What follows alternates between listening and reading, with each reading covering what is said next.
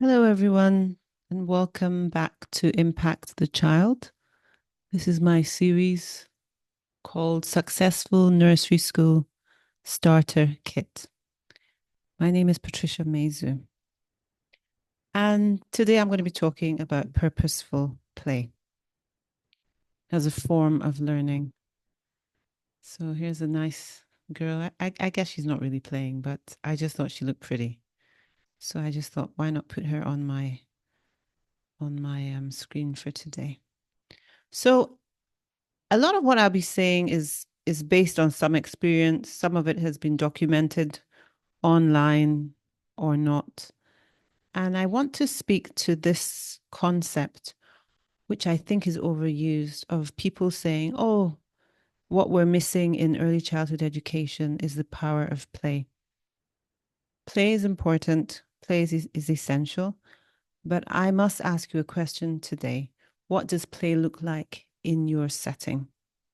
So a couple of weeks ago, I was actually in the UK, and almost every day I would walk past a lovely little school where there were children playing. It would always make me smile. It's lovely to see children at play. Of course, in the UK, one of the things now is that sometimes they have to screen the playground because of some people who are, well, that's no way to put it other than saying that they don't have good intentions towards children. But I could hear the play and I could see a part of the play. And it was children running around with that much purpose, screaming and shouting and screaming at the top of their lungs and just running around helter skelter. And I think that's part of why I'm right talking about this today is that what does purposeful play look like? I believe it's not just about play, but it's about giving children the opportunity to play with a purpose. There is scope for them to run around and just have free play. I'm not saying there's no scope for that, but I'm a strong believer in purposeful play. And here's what it may look like.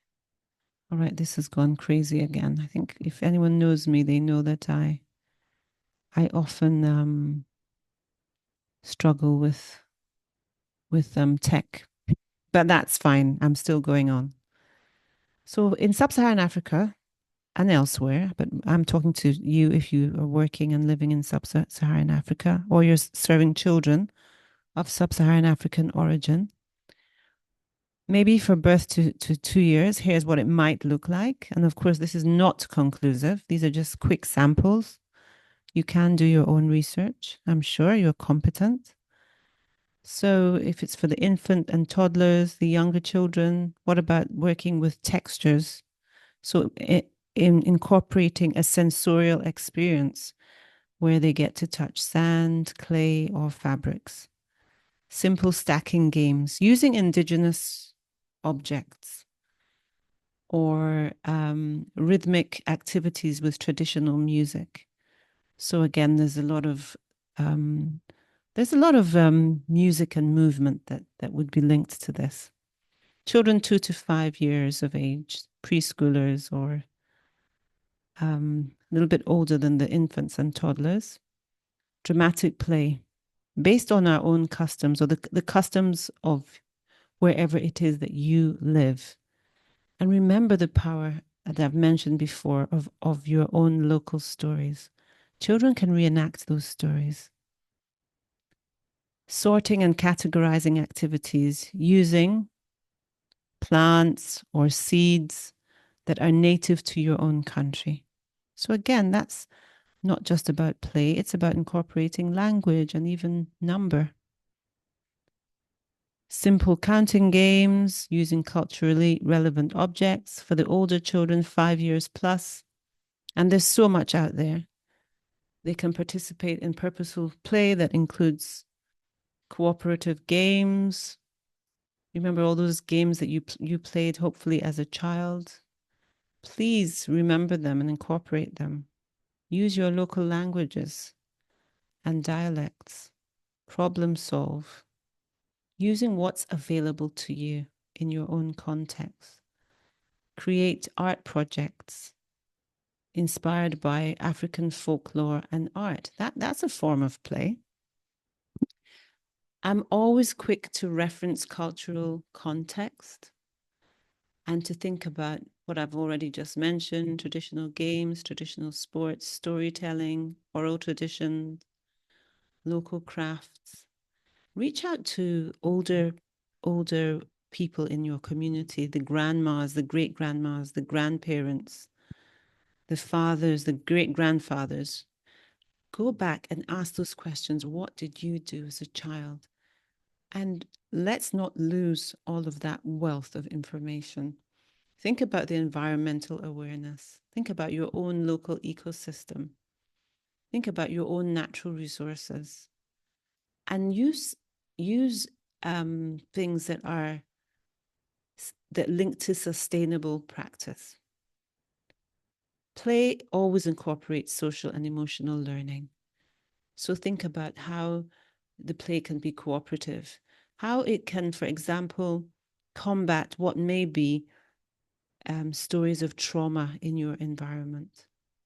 Think about the cultural understanding. Think about passing on traditions in this context.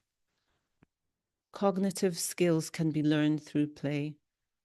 Of course, the big thing for us is in play and early childhood education and development is physical, gross motor development, fine motor development, balancing, coordination, endurance. You can make play robust. They can climb, they can swing, they can kick, they can jump. There's so much that's going on within play.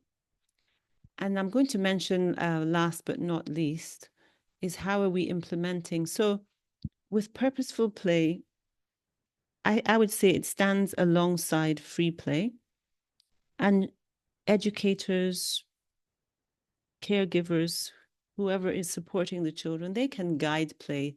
But what that means for you as an educator is that you need to be prepared. So create and prepare spaces that are fun, that are adaptable for young learners.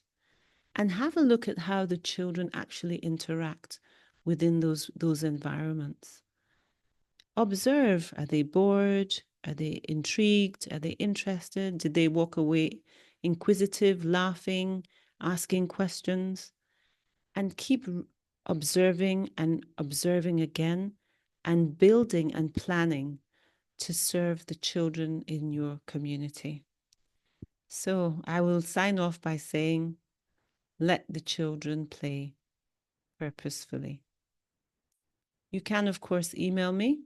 That's my email down there, hello@impactthechild.com. And actually, it's November. I should have changed that. It's already November. Take care.